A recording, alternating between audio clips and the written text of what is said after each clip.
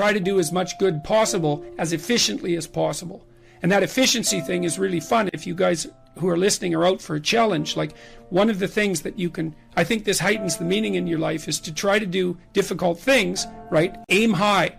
Don't aim so damn high you can't manage it, and make sure you break down your aims into reasonably attainable sub-goals, but you want to aim high, and then you want to see how hyper efficient you can get. That's a great thing to do in your early 20s, is to see, okay, like discipline yourself. You think, okay, how much work can I do if I load myself right to the maximum? How far can I work? How hard can I work until I exhaust myself? And then you back off, obviously, because the optimal amount of working, productive engagement, let's say, is that which is sustainable across decades. So you have to learn that, but you don't learn that without stretching yourself to your limits to begin with. And if your life isn't everything it could be, and if you're suffering from an excess of meaninglessness, well, it means you're not oriented in the world of chaos and order properly. It's like you could learn to discipline yourself. Figure out what it is that you need to do and that you want to do, and then see how efficient you can get. Because one of the things that's quite fun is to figure out, if you have a task, I always tell my graduate students this if they're doing an experiment too, if you have a task that you have to do, it's really interesting to spend a few minutes, sometimes hours, depending on how long the task is, see if you can figure out how to do it from 5 to 10 times faster. It means you'll have to rearrange the way you think about it, but you can often do it. And that's how extremely productive people get so hyper efficient. Sometimes it means you have to delegate. Sometimes it means you have to bring other people aboard. That's delegation as well, I suppose. But there's a lot of preconceptions that you hold about who you are and who the world is that you could dispense with, that would make you a way more efficient actor in the world. Ask yourself what would motivate you. First of all, don't be studying 8 hours a day, because that isn't going to work and you're not going to do it anyways. Would you start studying 5 minutes a day? Seriously, could you bring it up to 10 minutes a day? What would you have to do for yourself to get yourself to sit down for half an hour a day and study intently?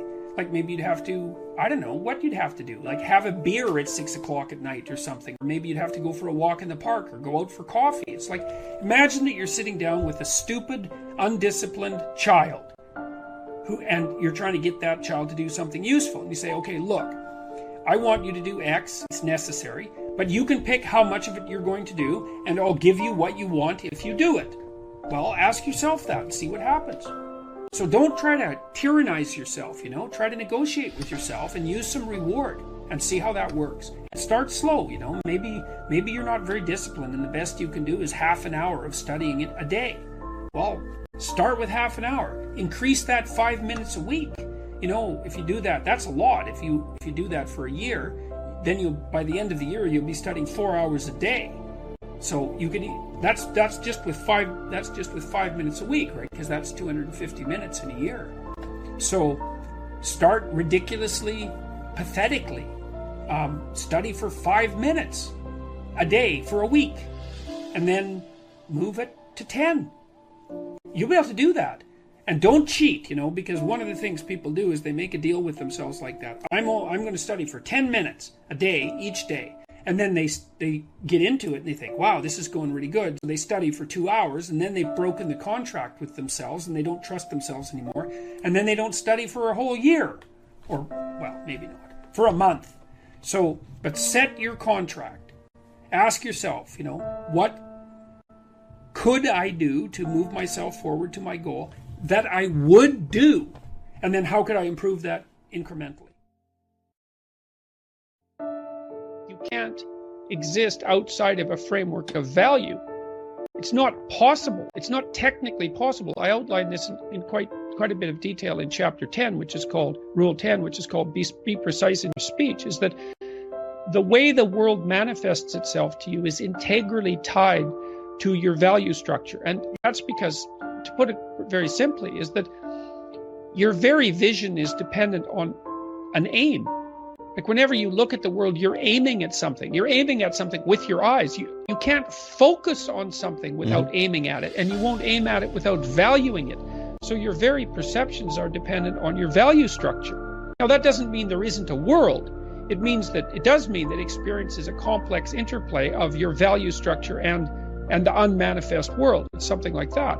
And then that begs the question, which is, well, if you have to have a value structure, then what should it be? Well, and then that brings us back to the ideas that we were talking about earlier. Like you should value being. You should take on the responsibility of being as your highest ethical obligation and try to improve it, try to reduce suffering, try to make the most out of yourself in a way that's beneficial to you and your family and your community. You should aim high, and your perceptions will reconfigure themselves around those aims, and that will allow the world to manifest itself to you in the most positive possible manner, or at least in the most meaningful possible manner. And in the absence of that, all you have is stupid suffering. That is the anxiety and depression that we talked about earlier. Without a point, without value, without an aim, all you're left with is the misery and anxiety of life. That makes people bitter. I love to bring up the notion of the aim, because one can react to this stupid suffering in a number of ways, but this is so clear. You write in it, you say, you cannot aim yourself at anything if you are completely undisciplined and untutored. Mm-hmm. You will not know what to target. You won't fly straight, even if you do get your aim right. And then you will conclude there is nothing to aim for, and you will be lost. And these days, the prevailing moral framework, as I see it, is if it feels good, do it. How is it that discipline and the straight and narrow offer the best chance for a good life? And how is it that we have forgotten that is the case? Well, the reason that discipline is necessary is because you're a mass of competing short-term interests. And so the question is then, well, which short-term interest should win out? And the answer to that is, well, none of them. They need to be organized into a hierarchy that makes them functional across time and across individuals. So like a 2-year-old is very likely to act out his or her proximal impulse. But of course, a 2-year-old can't survive in the world. You have to bring your primary instincts, let's say, under the regulatory structure of a higher order value system that allows them to manifest themselves without undue mutual sacrifice across large spans of time in the presence of large numbers of other people. So that requires a very sophisticated ordering. It's like we already talked about the fact that a meta-narrative is necessary to unite subcultures, say, so that they can operate peacefully and harmoniously within the same space. The same thing applies within you, because you're an internal coalition of warring single-minded tribes, and they have to all be brought under the organizational structure of long-term collective vision, let's say. Mm-hmm. And in order to do that, you have to be disciplined. And any discipline, technically speaking, is an attempt to bring all those competing short-term impulses under a larger scale and more inclusive framework. And so you do that, and then, well, that's actually what gives you freedom. Being impulsive and being free aren't the same things, because if you're impulsive, you're just the slave of your impulses. Right. There's no freedom in that. That's the same freedom, so to speak, literally, that a 2-year-old has, because a 2-year-old isn't socialized yet. So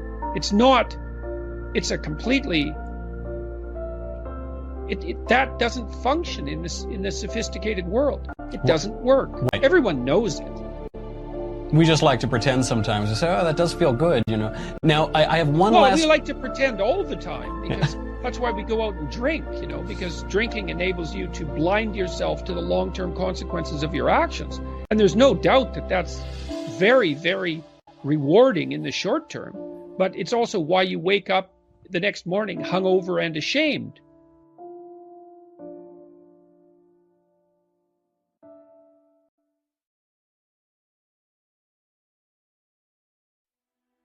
It's very difficult to properly organize your immediate environment. And that's another thing I try to do with the books, is show that some of these so-called simple things, clean your room. It's like, I'll tell you, this is the truth. I've been trying to organize my office for 3 years. I was flooded by so much mail and so much catastrophe that I fell way behind in my ability to keep my closet organized, my clothes organized. I had 3 years worth of mail sitting in my office at the university, thousands of pieces of mail. And it took a lot of work to And it's still not done. I hope I'll have my damn room clean by the time I go out on tour, for symbolic purposes, among other reasons, to have my house in order and beautified again as well. But I like to show that simple things aren't so simple, especially if you try them. You know, I had one client, his mother had died, and it was a large family, and the family kind of fell into disorder after she died because it was all boys, it was all sons and a father. And no one had really picked up the maternal role, you know, the necessary stereotypical maternal role. And he decided he was going to try to do that. And man, you know, his brothers and his father, they weren't happy when he first went to get groceries. You know, they felt that he was kind of trying to take the place of the mother, so there was all that grief that was still there. And then who the hell did he think he was? And et cetera, et cetera. I mean, people's houses aren't in order because that's really hard. It's really hard. And it causes a lot of chaos and strife to try to do it. And so usually it isn't done. And it isn't until you actually try it, like right down to the detail, that you start to understand how difficult it is, and then also how to appreciate. You also start to appreciate how necessary it is. So it's fun shedding light on that sort of thing. And the non-triviality of the ordinary. And part of the reason I concentrate on the individual is because I don't think the things we do are trivial. If you think the things you do are trivial, then you're either bringing a trivial attitude towards them, or you're doing things that you're not doing the things you should be doing, or you're not framing the situation appropriately. So, and you know, you might dispute that, and that's okay, you could, but you know, one thing that my depressive clients, for example, would say, I can't really figure out why anything is worth doing if we're all going to die in the end. It's like, you know, it's fair enough. But I said, I think it was last night at my lecture, I said, if a baby's crying in front of you and you know it's cold or hungry, you don't cease to attend to its distress because the sun is going to envelop the earth in 4 billion years. You think, that's not a good excuse. Well, why not? Why not use that time frame? And your instinctive answer is, well, that's just not the appropriate time frame. And so I would say, well, if you have the the habitual inclination to apply to your own life a time frame or an evaluative framework that reduces what you're doing to meaninglessness, then you should consider whether or not you're using the wrong time frame. Right? If it all of a sudden becomes meaningless, pointless, you're suffering in the work you have to do, well, find a time frame that is appropriate, you know, sufficient unto the day, let's say. That's a good start. I was talking to one of the leaders of the Conservatives this morning, and they're asking me about, the person was asking me about Bill C-16, but more specifically about talking to young people, because the Conservative leadership struggle is going on right now. I've been talking to a bunch of them, and I said, well, look, one of the things you could do for young people that no one's doing is to talk to them about responsibility. Because everyone talks to young people about rights. It's like, we need our rights. It's like, oh God, how many rights do you need? You know, really, like you have more privileges than any people who've ever lived anywhere. Well, it's so dull to hear this, so dull, it's so pathetic, and what would you call it? It's so demeaning that you have to be protected and have your rights. It's like I said, there's a huge marketplace for responsibility. That's what you want to talk to young people about. It's like, get your act together and do something worthwhile with your life. For the first time in my entire adult life, the Conservatives actually have something to sell young people, right? They could sell them responsibility. It's like, well, why? Because that's where life has meaning with responsibility. The more responsibility you take on, the more meaning your life has. And the higher degree of responsibility that you agree voluntarily to try to bear, the richer your life will be. And no one's ever told that, and it's the case. You know, it's like you have 4 kids, say. Well, that's plenty of responsibility. You're going to have meaning. It's going to be rough, you know, because it's complicated. You have a complicated job, and you try to help the careers of the people around you. You try to solve tough problems and aid suffering and do all of that. It's like, it's weight, it's responsibility, but there's glory in it. There's real glory in it. There's deep meaning in it. And young people are starving for that because no one ever tells them that. It's like, you're way more than you think, man. Stand up. Do something difficult. Do something difficult and heroic, right? Burst out of your bonds. It's like, that's a good message. It's a necessary message, because we have to be more than we are, because if we aren't, we're not going to survive. Generally, if I engage in conflict, the reason I engage in it is because I think the alternative is worse. And so, if you're trying to settle things with a family member, there's often a terrible minefield that you have to wander through to reach anything approximating a lasting peace. And avoiding it doesn't make it better. And it's terrible to confront it, and it can be virtually beyond your capacity to tolerate to do it. And so people avoid it very frequently, but that doesn't make peace. It just harbors underground resentment and breeds bitterness and hatred. And so that's not, unless that's what you want, that's not a good solution. Why do you think it is that some of the things that you've said and the way you've gone about kind of writing up your stuff has been such a phenomenon and caused so many people to sit up and pay attention? Well, I suppose in some sense those things that we take for granted we regard as obvious, but if we take them for granted and we regard them as obvious, and then they're challenged, we often have no idea why they're valuable. So for example, I've had many clients who were considering getting married or not getting married, and they would say to me, well, it's just a piece of paper. And they thought that was a pretty good argument. And that's not a good argument at all. That's an argument that's so shallow that you hardly know where to begin. But, if someone comes up to you on the street and says, defend marriage, it's like, well, what do you know? It's like, how are you going to do that? It's what's so obvious that it's defensible that you don't have the arguments at hand. I mean, you're not a legal philosopher. And so people who do that, they think they're intelligent because they can put you on the spot. And merely the mere fact that you can't articulate a claim you share with almost everyone in some traditional sense doesn't mean either that you're stupid or that the principle itself is invalid. It just means that we tend not to discuss all those things we agree upon. It doesn't mean they're without merit. So the rules, I've been criticized, my books have been criticized, well, they're, self-help, and I think, well, I'm actually not contemptuous of that, so that criticism doesn't bother me. My clinical practice, many of my clients were brought to whatever philosophical understanding they had through so-called self-help books, and if they were reading books, that's not so bad. And what were they trying to do, improve themselves? How pathetic is that? And then to pander to an audience that needs self-improvement. It's like, well, so yes, the rules were obvious, but the reasons for them weren't.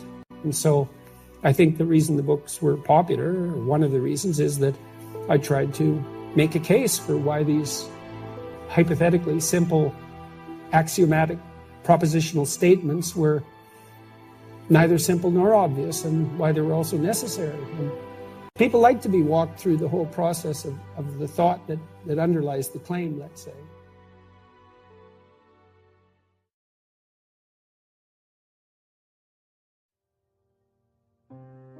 Responsibility, I think, is an incredible message.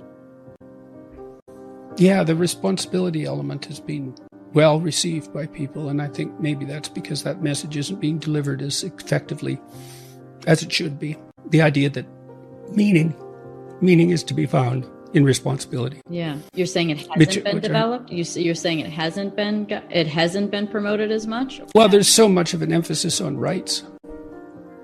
Imagine if our culture was as dominated by discussion of responsibility as it was dominated by discussion of rights. Gosh, right? Completely. That's just not how it is at all. Right. And that's strange because your rights, in some sense, are my responsibility, and vice versa. So, right, because your accorded rights, it's distance from other people in some sense. And for them, it's the same. And so you can't have one discussion without the other. Mm-hmm. But our discussion has been very one-sided. And I think that's hard on people because it's about what you're owed. Yeah. And it isn't obvious to me that I don't know. It's not like not getting what you're owed isn't annoying. It is if you feel that an injustice has been committed. But it isn't obvious to me that people find the deepest meaning in their life in getting what they're owed. I really do think that people find more significance in their life in being of use, utility, and service to other people. That's how it looks to me. So, and often that's discussed in a sort of should way, you should be good to other people. It's like, well, your life is better if you do that. That's a different way of putting it. And you can get people to think about that. It's like, well, remember those times when people were particularly happy with something that you did, something for them. How did you feel about that? Well, you can figure that out for yourself. Maybe it didn't matter, but probably it mattered. Probably you'd like to have that happen a lot more. But I think even more so, the feeling that you get when you have a responsibility and you deliver on it. Mm-hmm. I think that, for me, that feels even more meaningful. That you uphold your end of the bargain, that you make someone's life better. That feels even better than when someone says, thank you for that. Thank you for doing that. Mm-hmm.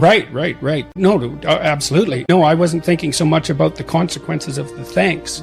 That's just an indication that you did something, that was productive and useful and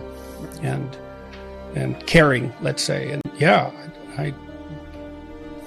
And I think people know that too, that when they're operating properly, parents find tremendous meaning in the service they provide to their children, obviously. And I think you find that within a relationship, what you give. I mean, it's reciprocal, obviously. There has to be reciprocity, but it's better to concentrate at least half the time on what you're giving. I don't think that young people, especially in later days in junior high, high school, maybe even earlier than that, are taught enough to think about what they want and how they would go about getting it. And I mean what they want in a deep sense, like how their friendships could be better, how their relationships with their parents could be better, how their life could be better, practically speaking. So we tried to design a program to help younger people do the self-authoring program, but my health interfered with that and it fell by the wayside, unfortunately. But it's helpful for people to take stock of themselves and to chart a course. And I don't think our education system does a very good job of helping people develop a vision of themselves, a story for themselves. And it's a problem because it also means that they're not ennobled or encouraged the way they should be. And I've seen this all constantly during my lectures, that people are so happy to be encouraged. They're often met with skepticism instead, and I think that's part of the problem with what's happening in our culture politically too, is that there's this terrible critique of our culture that all its institutions are fundamentally predicated on arbitrary power, the exercise of arbitrary power. And that implies that the ambitions of people who wish to join that culture and to thrive are expressions of tyrannical, oppressive, arbitrary power. It's very demoralizing to young people. And I don't believe it's true. Because I don't think the fundamental motivation is to exploit others. I think that people who do that fail, generally speaking, often precipitously. Societies that organize themselves around that principle are miserable and collapse. They're full of deceit and backstabbing and distrust. It's hell. And so I think that young people are best encouraged. And that means that you actually have to sort of like them. Like you're a mentor. It's like, I'm really on the side of the good in you, and I hope it manifests itself. And I think that's what trust is for, by the way. You should trust other people. Why? They can bite. Why would you trust them? Well, because it's courageous to. And that way you elicit the best from them. At least that's the best opportunity you have. You're going to get hurt sometime. You're going to get hurt distrusting too. But societies without trust are hell on earth. So trusting that's for sure. Next generation, though, starts with you having it in the first place, right? That's sort of passing along those patterns. Is if I don't trust anyone, I'm going to instill that in my child. Like, well, the world's not to be trusted. You can try to change that, and if you know that trust is courage, that can help. Because trust can be just naivety. I trust you because I'm too foolish to know the difference. I've never been hurt. I've never encountered someone malevolent, so I'm naive. And I trust. That's not trust. That's blind faith in an environment that's been too benevolent for your own good. But trust, that's more like, we'll think the best of you to begin with and see what happens. And then if you make a mistake, we'll deal with that and we'll go back to trust. And those are stable negotiating strategies. And so young people need to be confronted with that, and then they need to be helped to chart their course. And that's hard. It takes a fair bit of individual attention because people are so complicated. I produce this other technology at self-authoring that helps people write about their past, analyze their faults and their virtues, and write a plan for the future. It's a useful way of figuring out who you are. You kind of have to hit yourself against the world, but you tell the story about your past, and that helps you understand where you came from. You figure out your virtues and your faults. That sort of helps you understand your strengths and weaknesses. And then a plan gives you a course for the future. It's hard to do all that writing, but it's hard to blunder through life too without a plan. So it's hard either way. Pick your hard. You always talk about that. Choose the difficult. The difficult will choose you eventually, and you might not like it as much, right? Yeah, when it's necessary. Like, I wouldn't say to go out of your way necessarily to make your life difficult, but if you have a difficult choice in front of you and it's either abandon what you should be doing or do the difficult thing, you're going to pay a price for abandonment. So, and I guess I would also say that to understand yourself, it's quite useful to try to not lie, because you tangle yourself up in your own lies. People think they can get away with lying, but you can't get away with falsifying the structure of the world. You're going to pay for it. I've never seen anybody get away with anything in my clinical practice. No, the other shoe always dropped. Always. And unsurprisingly, if you drop a weight on your head, above your head, it's fine until it hits you. Yeah. But then there's changing your mind. Yeah, you can be wrong.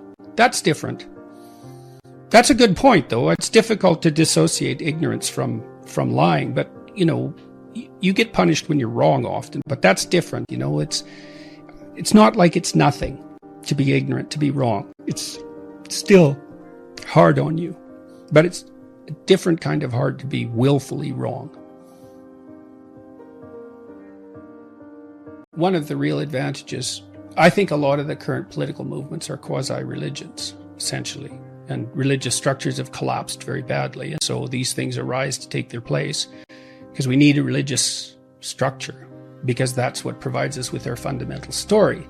The fundamental story of life is a religious story, by definition. That's what I mean by that. Is the most fundamental story you have is the closest thing you have to a religion.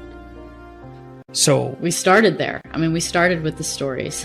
Yes. Well, and metaphysics be damned, but I don't know what the fundamental significance of consciousness is. So, and neither does anybody else. So there's plenty of room for metaphysical speculation. It's hard to know what each person's destiny is, but in any case, the problem with so many ideological stories is that they give you an easy enemy. And that's extremely dangerous. And maybe the enemy, they always give you an enemy. Yeah, that's a real problem. So that seems like one of the biggest problems, is there's always an enemy. Well, the biggest problem is the enemy isn't you.